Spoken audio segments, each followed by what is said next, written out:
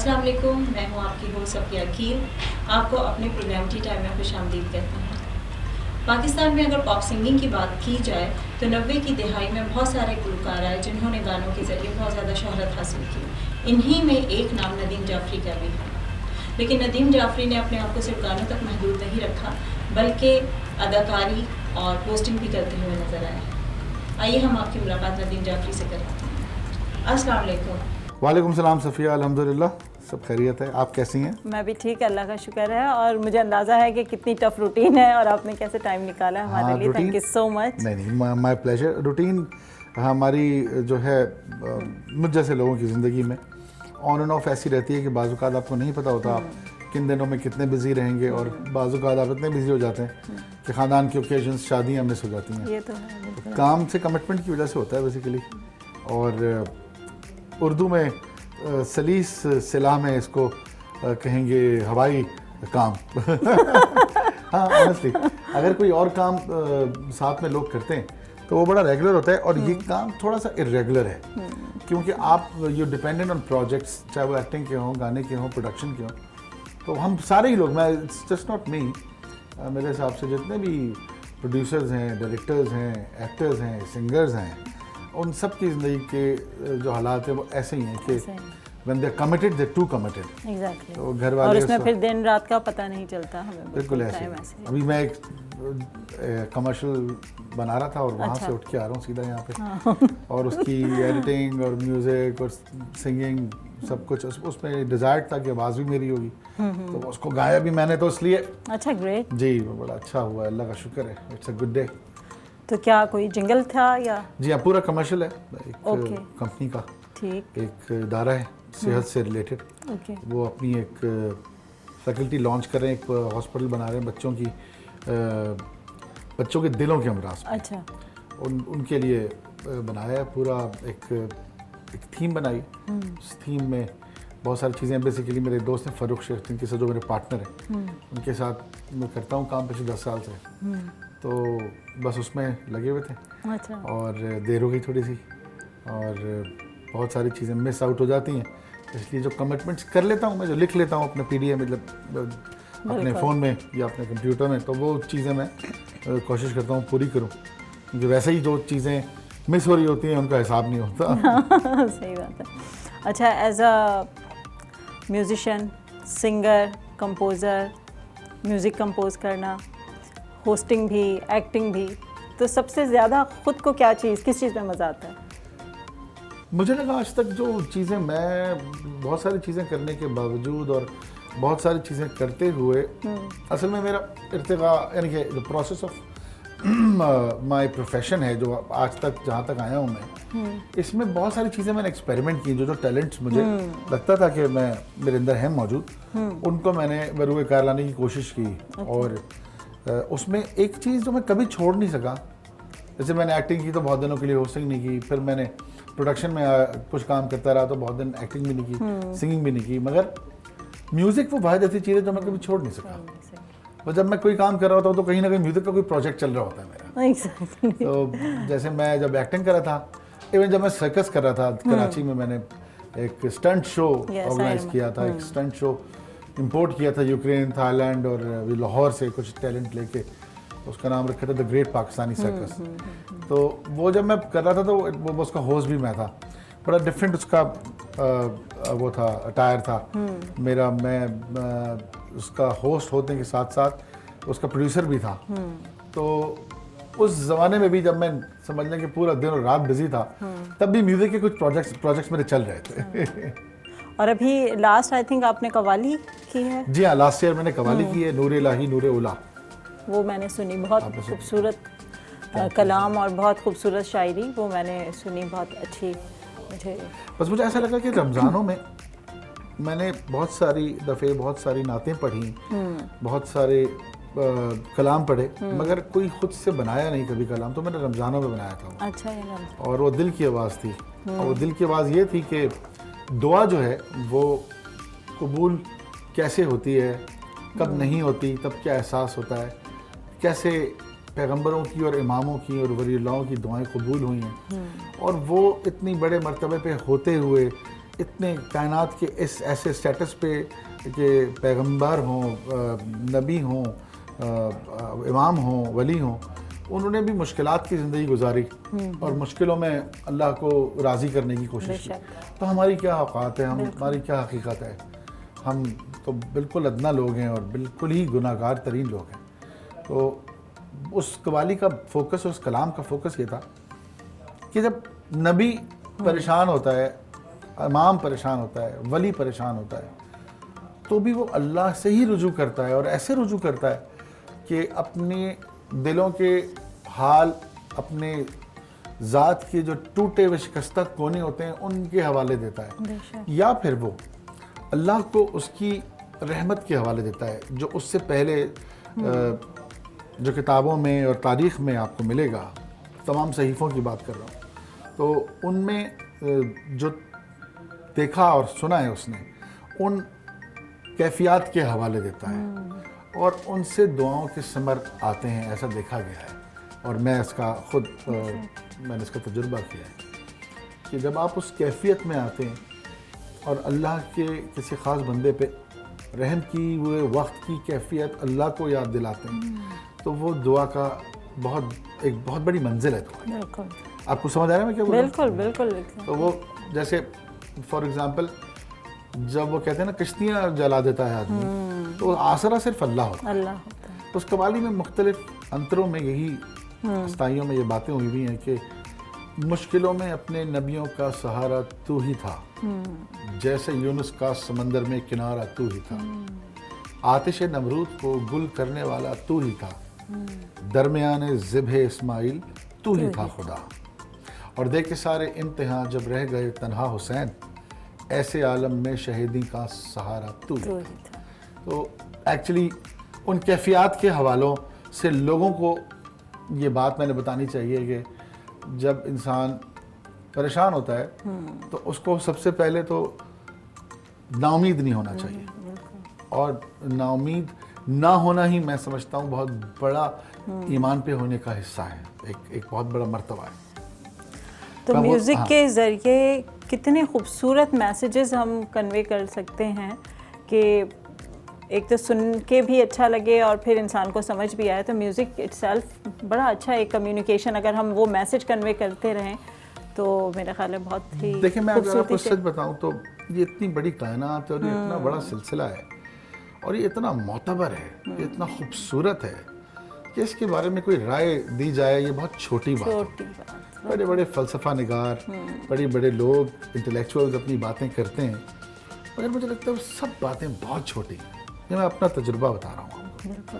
मुझे तो लगता है, वो आपने गाना सुना है स्टिंग का, मुझे गाना याद आ गया एकदम से, सॉरी मैं इसी तरह सुनता हूँ, मुझे रेलेवेंट चीज़ें याद आ रही होती हैं, मैं उनका तस्करा करता हूँ, उससे बात का फोकस बड़ा क्लियर होता है और बहुत खूबसूरती से आप अपना मकसद बयान कर पाते हैं। वो स्टिंग का गाना, एक वोकलिस्ट है, पुलिस बैंड था बहुत ज़बरदस्त, बहुत पुराना, तो उसमें वो कहता था कि I am an English man in New York. तो मैं कभी कभी सोचता हूँ इन दिस इंडस्ट्री और इन दिस वर्ल्ड और इन दिस यूनिवर्स, मैं ऐसा महसूस करता हूँ कभी कभी कि मुझे जो चीज़ें दी गई हैं बाकायदगी से एक सफ़र का सामान है और उसमें मुझे कुछ चीज़ें हैं मेरे पास और उनको मैंने किस वक्त कहाँ इस्तेमाल करना है, ये मेरे स्टेजेस में मुझे पता लगता है। और जब मुश्किलात में या खुशियों में या फ़ैसले करने के वक्तों पर, तो इतनी बड़ी कायनात में आपको किस वक्त क्या करना है और उससे क्या होने वाला है ये आप नहीं बता सकते। बड़े बड़े प्लानर्स अपनी प्लानिंग करते हैं, हो रहा कुछ और होता है, जो अल्लाह चाहता है वो हो रहा होता है, और बाज़ औक़ात वो आपको बहुत खामोश रह के वक्त देता है कि आप जो चाह रहे हैं वो कर लें, तो उसके बाद फिर वो आपके लिए बेहतर राह निकालता है। मैं नेगेटिव नहीं, बहुत पॉजिटिव बात कर रहा हूँ, मैं मुश्किल की बात नहीं कर रहा, मैं बात कर रहा हूँ जब आप एक दुआ अपने लिए मांग रहे होते हैं और आपको उसका समर नहीं मिल रहा होता, तो आपको ऐसा लगता है जैसे वो मेरी दुआ नहीं सुन रहा है या वो सुन रहा है और जवाब नहीं दे रहा। हालांकि प्लानिंग अल्लाह ताला की हमसे ज़्यादा है। आपके लिए बेसिकली जो उसने रखा हुआ होता है वो उन चीज़ों से रिलेटेड है जो आपको उसने दी है, बिल्कुल इंटरलिंक्ड है। जी एग्जैक्टली। मैं अगर दुआ मांग रहा हूँ कि मैं जी दुनिया में साइंसदान बन जाऊँ और चांद पर चला जाऊँ, और मुझे अल्लाह मियाँ ने एक म्यूज़िक के थ्रू अच्छी बात करने के लिए भेजा था, तो मेरी वो दुआ बेसिकली नामाकूल है। दुआओं का भी मनसब अच्छा होना चाहिए, उनका मोतबर होना, उनका सेंसिबल होना बहुत ज़रूरी है। वरना तो वैसे तो अल्लाह कहता है कुछ भी मांगो मुझसे, मगर आपको इतना सेंसिबल होना चाहिए कि आपको उससे अपने लिए क्या चाहिए। इसके लिए ये बहुत ज़रूरी है कि आपको पता होना चाहिए कि आपको क्या चाहिए। बिल्कुल। तो यहाँ तो लोगों को 50-50 साल की उम्रें हो जाती हैं, यही नहीं पता लगता। तो मैं इस जगह की बुराई नहीं कर रहा, ना मैं खुदा ना खासा ऐसे बात कर रहा हूँ कि मैं किसी से बेहतर हूँ। आई एम जस्ट एक मेरा समझ लीजिए कोड है, ये मेरी एक बात है कि इंसान को पता नहीं लगता कि वो क्या करने आया था और वो क्या कर रहा है। तो अब जब उसको जिस वक्त समझ में आता है तो उस वक्त देर हो चुकी होती है, या फिर वो झपसटे में किसी बहुत बौखलाहट में वो चीज़ें करने की कोशिश करता है तो उसे ठीक तरह नहीं हो रही होती हैं, या फिर अल्लाह ताला उस पर बहुत ज़्यादा जब निगहबान होता है उसका और उस पर नज़र करम करता है तो फिर वो चीज़ें किसी ना किसी तरह कर लेता है। तो बहरहाल इससे दो बातें सामने आती हैं इस बात से कि जब भी ख्याल आए तो अच्छे और बेहतर तरफ इंसान को रुजू होना चाहिए। एक दूसरी चीज़ ये एनालाइज करना बहुत ज़रूरी है कि आप किन टैलेंट्स के साथ इस दुनिया में आए। आते ही आप इस चक्कर में पड़ जाते हैं कि कैसे करियर बनेगा, माँ बाप को या बहन भाइयों को या बच्चों को कैसे पालेंगे आप, तो वो बहुत सारी चीज़ें इसकी नज़र हो जाती हैं। तो आपको इल्म, फ़लसफ़ा, सोच, कुन्नियत जो भी मिली है आप भूल जाते हैं। जबकि इन चीज़ों का याद रखना बहुत ज़रूरी है कि आप किस सिमत सोचते हैं, किस किस्म की सोच अता हुई है आपको, क्या आपके अंदर टैलेंट्स हैं, आप उन्हें किस तरह बरूकार ला सकते हैं, क्या कुन्नियतें और क्या अजदादी तारीख़ी हवाले आपके नाम के साथ लगे हुए हैं। यही चीज़ें तलाश करने की कि आप कौन है, कहाँ से आए और आपको कहाँ जाना है। क्योंकि ये पता होना बहुत ज़रूरी है अगर आप कुछ बेहतर करना चाहते हैं इस कायनात में, इस दुनिया में, अल्लाह ताला की इस काम में, उसकी कायनात में अपना हिस्सा डालना चाहते हैं। तो ये बहुत ज़रूरी है कि आप क्या करते आ रहे हैं ये आपको पता होना चाहिए। इस सोच को कैसे उजागर किया जाए, लोगों को कैसे झंझोड़ा जाए कि वो कुछ नॉर्मल लाइफ से हट के इन सब चीज़ों के जिन चीज़ों के बारे में अभी आप बात कर रहे हैं कि वो इन पे सोचने पे मजबूर हो जाए।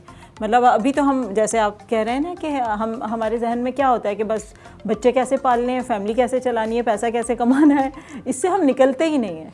देखिए इस काम के लिए अल्लाह ताला बेसिकली तो पैगंबर भेजता है और फिर उसके बाद इमाम भेजता है और फिर वली होते हैं और बड़े लोग जो बुजुर्गान दीन हैं या बहुत करीब हैं अल्लाह ताला की ज़ात से, उससे राब्ते में रहते हैं, वो लोग ये काम करते हैं। हम तो गुनहगार लोग हैं। बट मेरी इस इंडस्ट्री में आने के बाद, इस टैलेंट को महसूस करने के बाद मुझे मनसब नज़र ये आया कि ये भी एक मीडियम है जिससे मैं बेहतरीन काम कर सकता हूँ और म्यूज़िक में एंटरटेनमेंट के साथ साथ मैं अच्छाई फैला सकता हूँ। इसलिए अब आपके सवाल को सम अप कर रहा हूँ मैं। मेरे हिस्से में जो काम आया वो मुझे समझ में आ गया। पहला गाना था मेरा सोचो कभी, दूसरा गाना था और सोचो कभी वो गाना था जिस में इंसान के लिए ही वसीला बनाया गया है, ये ख्याल मैंने उजागर किया। अगर आप लोगों को याद आ जाए तो सोचो कभी डाल के नदीम जाफरी सोचो कभी वो गाना सुने। 20, 22, 25 साल पुराना गाना होगा, बल्कि ज़्यादा 27 साल पुराना गाना है। But I was a young kid, मगर वो ख्याल था और मैंने उसको शक्ल दी और मुझे लगा कि अगर मैं 5 गाने बनाऊं जिसमें एंटरटेनमेंट हो, मोहब्बतें हों, दुनिया और माफिया की बातें हों, उसके साथ उसमें 1 या 2 गाने हमेशा उन 5 गानों में से ऐसे होने चाहिए जिसमें जो अच्छा ख्याल मुझे आ रहा है वो मैं फॉरवर्ड कर दूं और इस तरह करूं कि वो लोगों को गाना ही लगे। मगर गाना है इतनी खूबसूरत चीज़ या शायरी है इतनी खूबसूरत चीज़ कि जब वो बात आप करते हैं तो वो एंटरटेनमेंट वाला सब्जेक्ट जो है उसके थ्रू वो बात चली जाती है। उस खुशी में आप महसूस होते हुए आपके लाशऊर में वो पैगाम जो है वो पहुंच जाता बेवस्ता हो जाता है। बिल्कुल ऐसा ही है। अब कंटिन्यू करेंगे ब्रेक के बाद। ठीक है, ब्रेक का टाइम होता है, कहीं मत जाइएगा, हमारे साथ रहिए।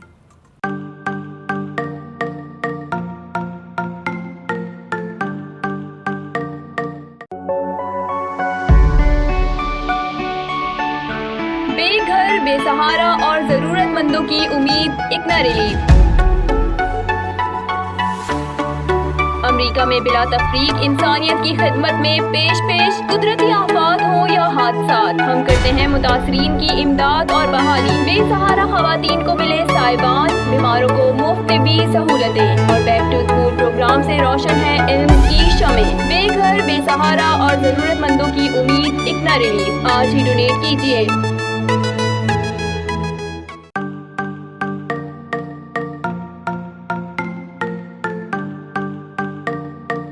Welcome back. Program tea time में नदीम जाफरी हमारे साथ मौजूद हैं।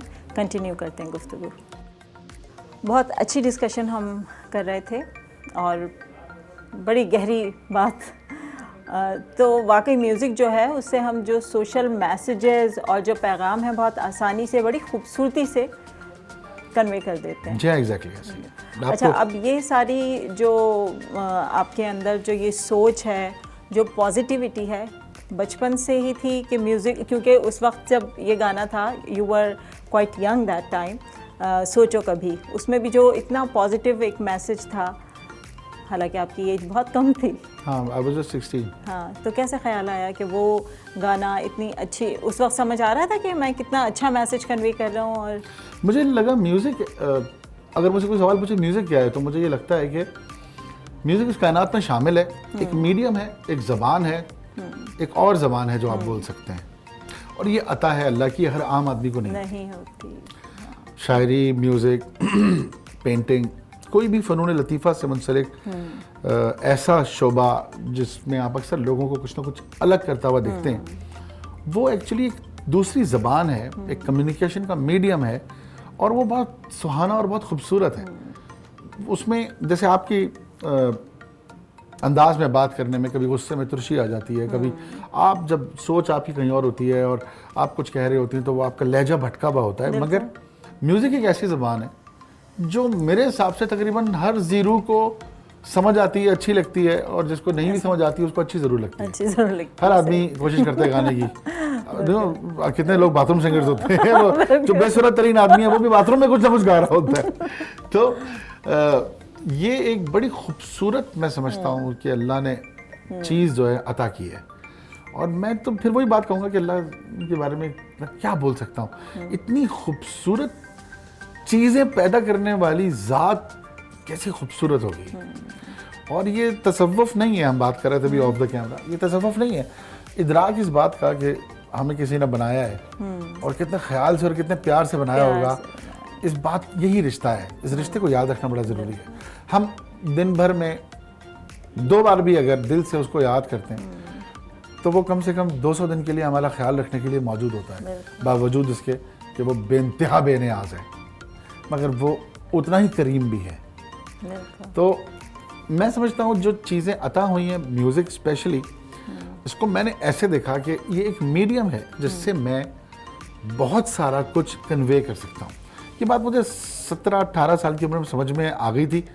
तो मुझे याद है मैंने एक दुआ मांगी थी अल्लाह से, वैसे मैं ये चीज़ शेयर नहीं करने वाला था, पता नहीं आज ऐसा माहौल और गुफ्तगू का सिलसिला बन गया, और मुझे लगा कि आपने एक सवाल किया ना कि हम लोगों को किस तरह बताएंगे कि क्या करना है, तो मेरे हिसाब से यही जो कैमरा है इसके थ्रू और इस तरह के सेशंस के थ्रू जो सुने, इसको देखेगा, उस तक ये बात पहुंच जाएगी, और अल्लाह ने अगर किसी काबिल किया है तो उस बात में इतना वज़न होगा कि वो अपनी ज़िंदगी में उसको शामिल करके अपने आप को बेहतर कर सकेगा।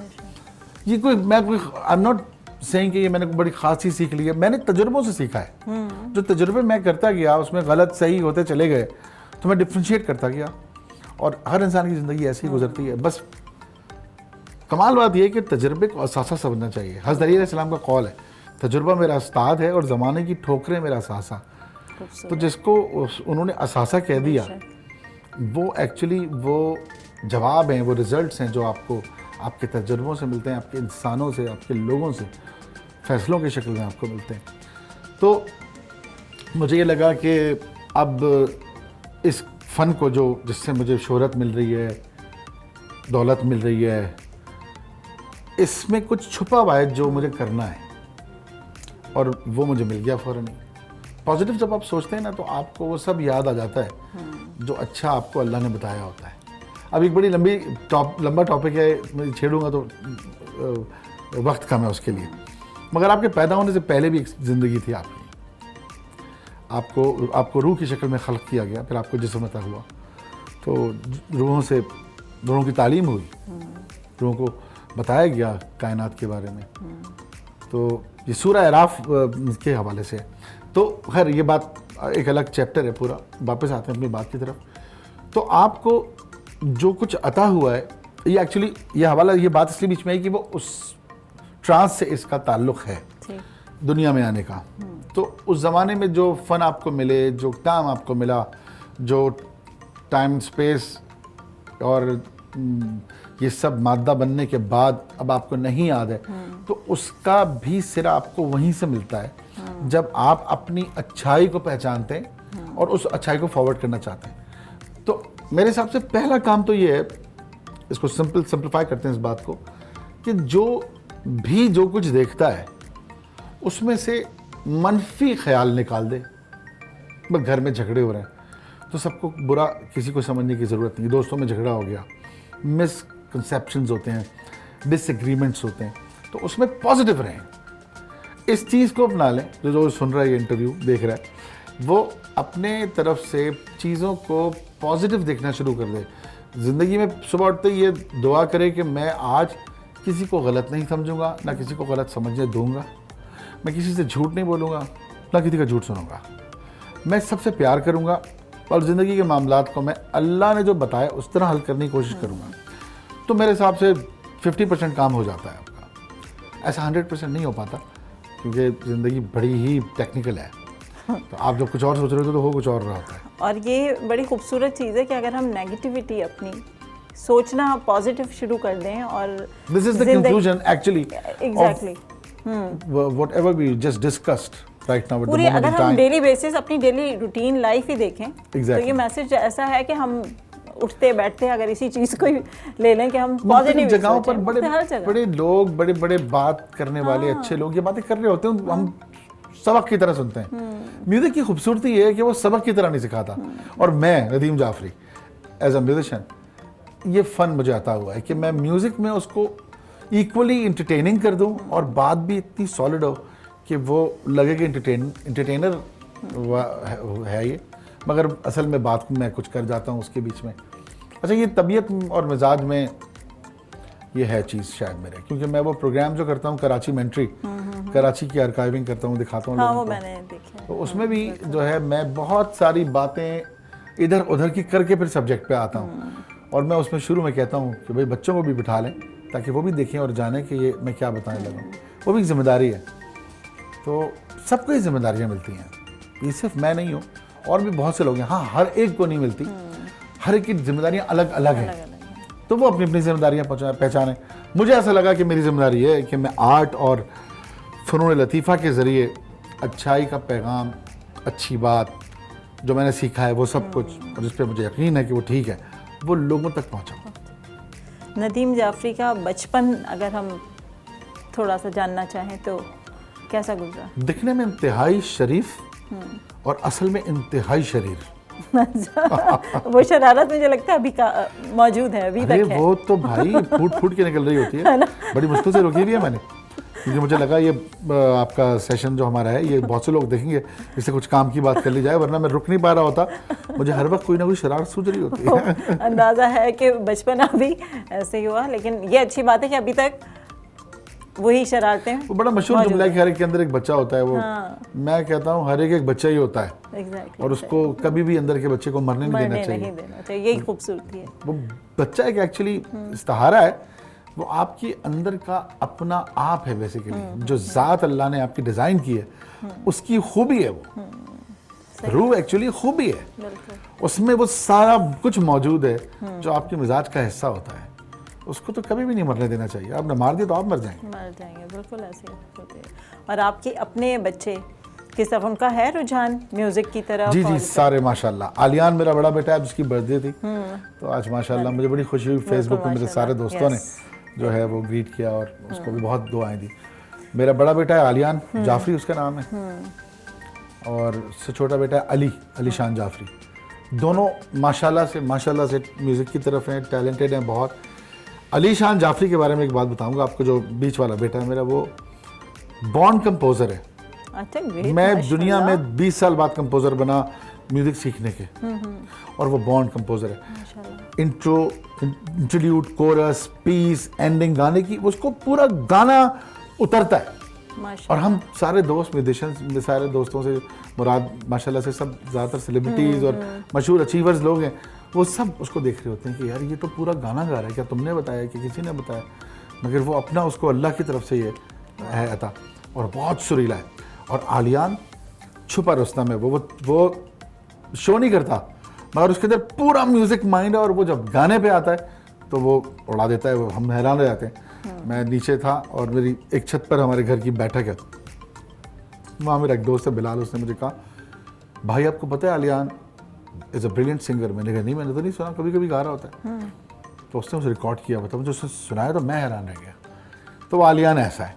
और एक छोटी बेटी है मेरी जहरा, वो शी इज़ 5 और वो भी इक्वली टैलेंटेड है, मगर वो ज़रा एडमिनिस्ट्रेटिव साइड पे ज़्यादा है। अच्छा, वो वाली हाँ, स्किल्स एक बड़ी बेटी है मेरी, सफ़ा नाम है उसका, अनफॉर्चुनेटली वो मेरे पास नहीं है। अच्छा। वो मेरी फर्स्ट वाइफ के पास होती है। अच्छा। तो सफ़ा बतूल वो माशाल्लाह वो भी बहुत टैलेंटेड है। उसने अच्छा।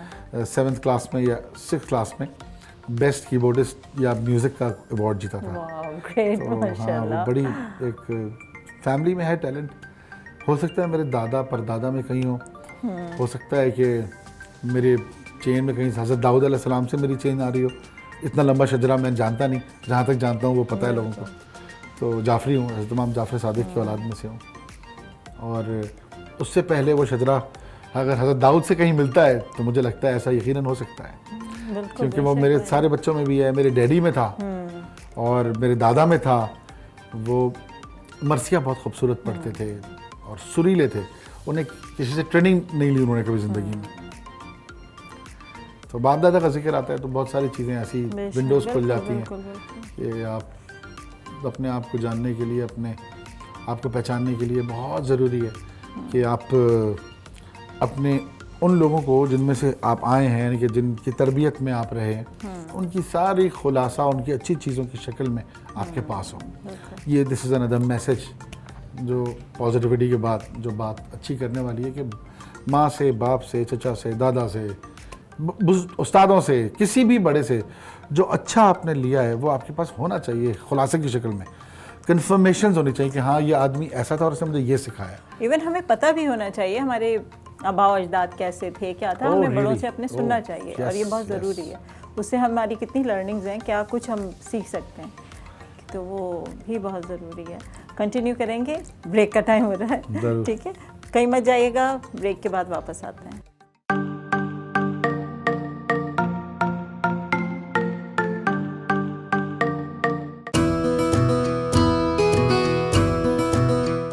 ब्रुकलिन के रिहायशियों के लिए खुशखबरी। ब्रुकलिन में आपके घर से करीब हमारी किसी भी फार्मेसी में तशरीफ लाएं, जहां अद्वियात के अलावा आला और मयारी क्वालिटी के स्किन प्रोडक्ट्स, कॉस्मेटिक्स, हलाल विटामिन्स, छोटे बच्चों के खिलौने और वॉकिंग एड्स भी दस्तयाब हैं।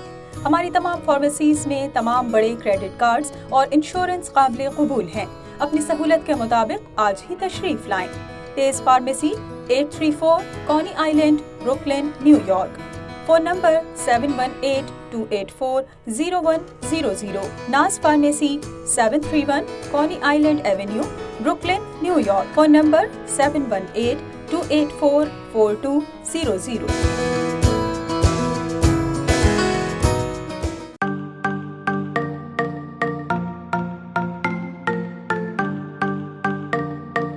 वेलकम बैक, कंटिन्यू करते हैं गुफ्तगू अपनी।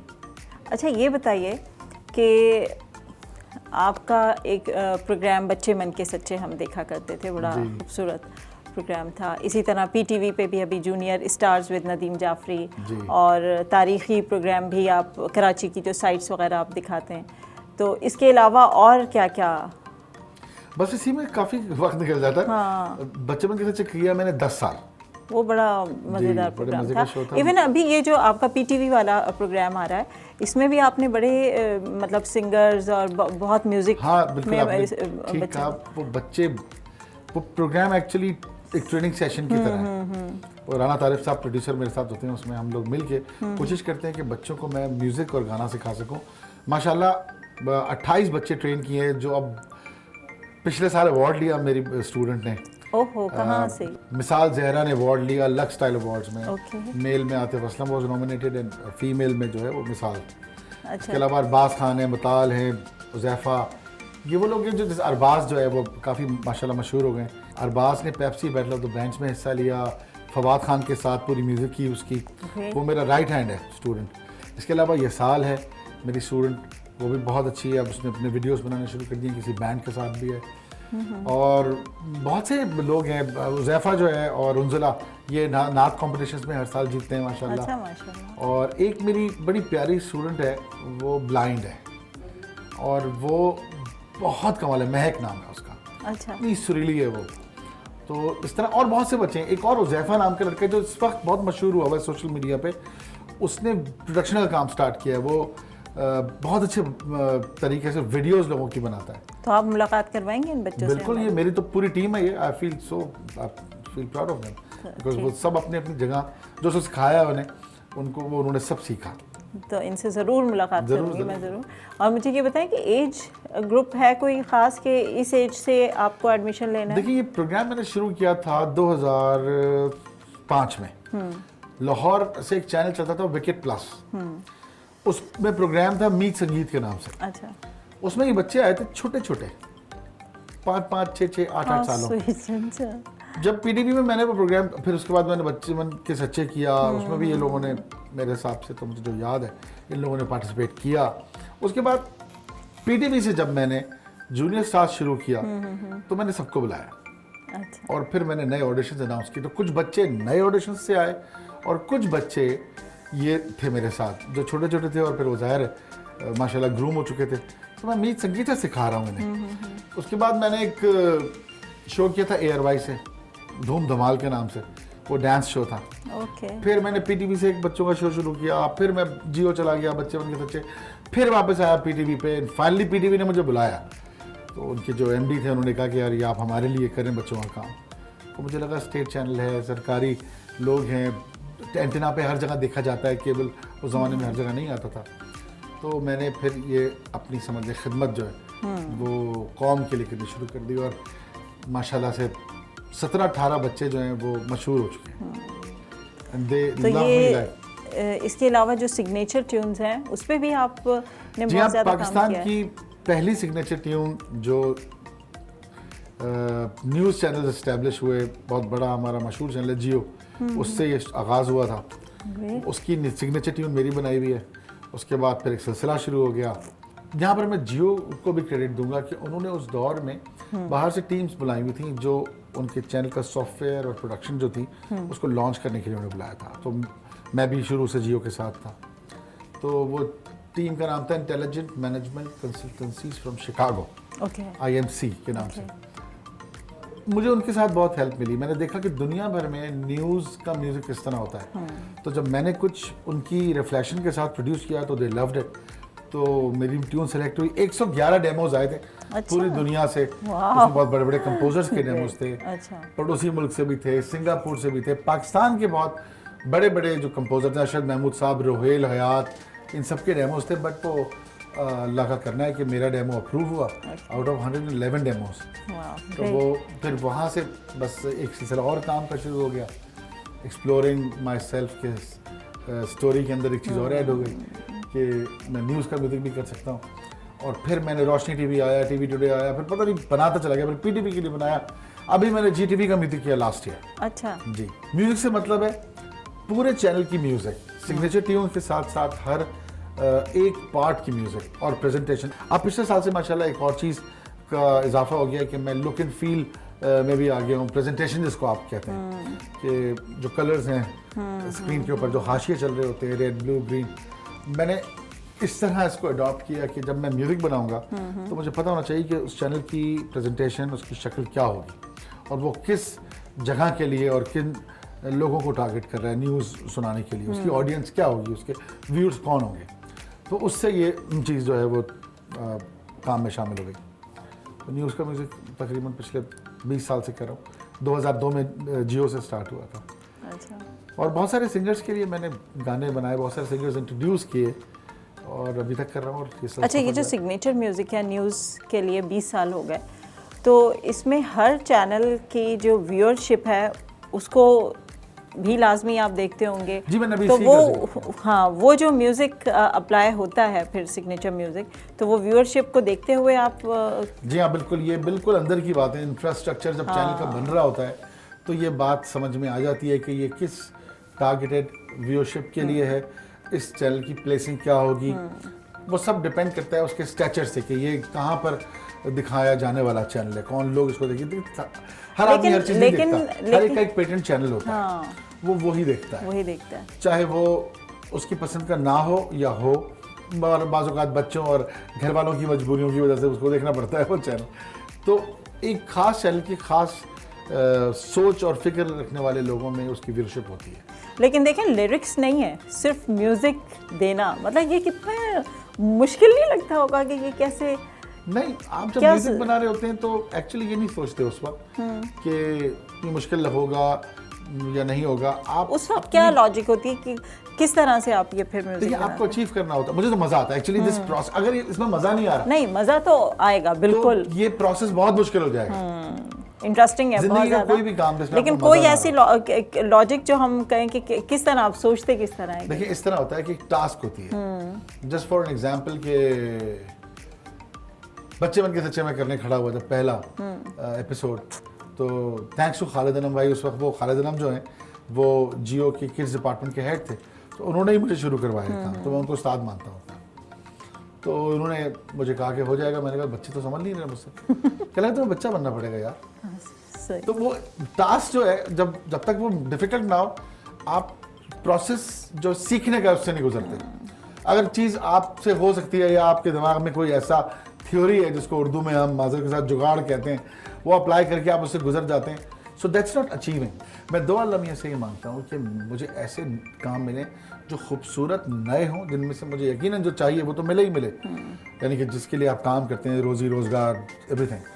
बट मैं उससे पहले एक चीज़ की दुआ मांगता हूँ कि मुझे मेरे काम में कामयाबी मिले, एक्सेलेंस मिले, मैं काबिल हो जाऊँ, कुछ नई चीज़ मिले। जैसे मेरी पहली दुआ ये होती है कि नया प्रोजेक्ट मिले मुझे, नए टाइप का हो, एक्टिंग में रोल हो तो नया हो, थोड़ा सा चैलेंजिंग हो।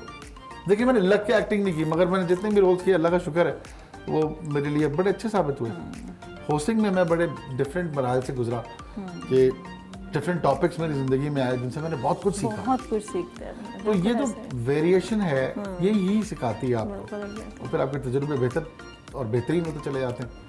अच्छा इंसान बनना मकसद है बेसिकली, बिल्कुल इतनी कॉम्प्लिकेटेड बात नहीं है ये। आप किसी भी तरह में अच्छे इंसान बनने की कोशिश करें और काबिल इंसान बनने की कोशिश करें। बिल्कुल।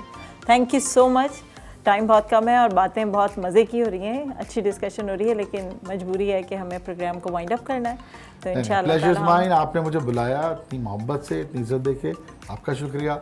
और मैं आता रहूँगा जब आप बुलाएंगे इंशाल्लाह। ज़रूर एक सेशन और करेंगे, ज़रूर आपको इनवाइट करेंगे दोबारा। Thank you so much for coming. Thank you जी, खुदा हाफिज़। प्रोग्राम का टाइम ख़त्म होता है। इंशाल्लाह ताला नेक्स्ट एपिसोड में नए गेस्ट के साथ फिर हाजिर होंगे। Thank you so much.